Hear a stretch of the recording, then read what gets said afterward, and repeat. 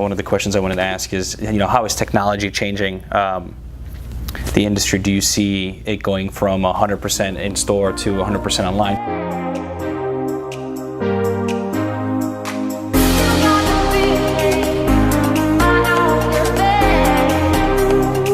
Because right now, there's a significant amount of research that's done by the consumer prior to them coming in, but at the end of the day, they still have to come in and look at the car. Absolutely. Now,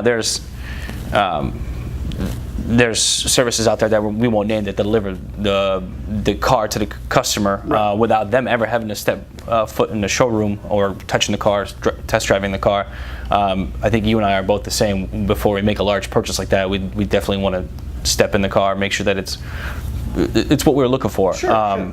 Is that a service that you think you'll have to offer in the future as a dealership? Yeah, I definitely do. I think that I don't think consumers are ready for it yet. Mm-hmm. I think there's still a lack of trust, I guess you could say, at this point with, especially in pre-owned vehicles. New vehicles I see getting there faster, simply because the product's guaranteed, it's warranted from the manufacturer, and there's really relatively no risk, and it's a known product outcome.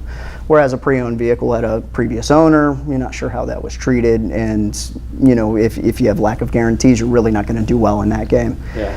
So I see that happening, most definitely in the future. 100% online, delivered to your door, Amazon-style delivery service. I don't see that happening in the next 24 months, but 36 months plus, I think consumer habits are changing faster than I anticipated, and that's one of the things that was kind of shocking to me moving in here is not necessarily the changes. The changes I feel are anticipated. It's the swiftness, the quickness in which they change.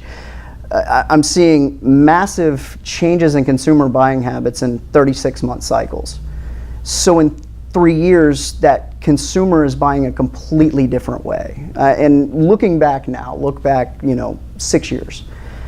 We would have to go in store, and the only time where you'd go online and shop was generally when you couldn't find something in store that you wanted. You might do some research or whatever the case is, go in store and buy that product. If they don't have it, order online or have it shipped to the store.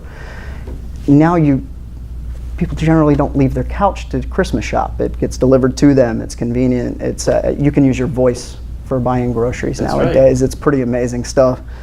And now there's I noticed there's a service in Tampa that I've seen. I don't know the name of it, but you go through an online app and you make a grocery list, and the person gets paid the same. So whether it's a box of milk or a carton of milk, or I don't think milk comes in a carton anymore, but a gallon of milk or yeah. Find milk in glass jars. Or whether you do a large-scale order, and I'm seeing more and more services being delivered to customers that are online. Sure. Are you doing any? Obviously, you have a service scheduling component to your website. Of course. Are there any other services that you see, changing the industry that are coming, that are going to be required for you to jump on board? Certainly, digital retailing I think is going to be next to a requirement here soon. I don't mean from a OEM standpoint. I mean more from a customer demand standpoint. I don't see it happening tomorrow. I see it happening 24, 36 months from now. The problem that I see arising from that is, I would say, misperceptions.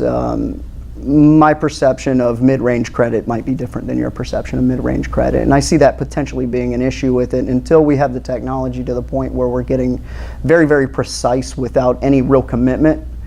Once they're at that point, then I think that's the point where we'll see the 100% digital retailing, home delivery service aspect of it. But I think before then, the need to go to digital retailing platform is definitely going to be there. Yeah. And there's going to have to be a certain legal aspect that's going to catch up. Sure. To the digital retail aspect, because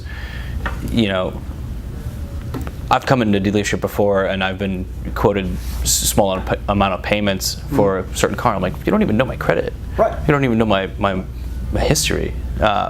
So I think there's going to be a certain amount of legal aspect of being able to provide all of your customer information. Well, I think that this is the biggest holdback of this entire, digital retailing atmosphere, I guess you could say, is the compliance aspect. Looking at F&I, the 100% product presented to 100% of the customers 100% of the time to ensure that everybody has the opportunity to pick up a product. In the digital retailing atmosphere, are we covering those types of compliance steps that are expected of finance managers these days by if we remove them out of the process?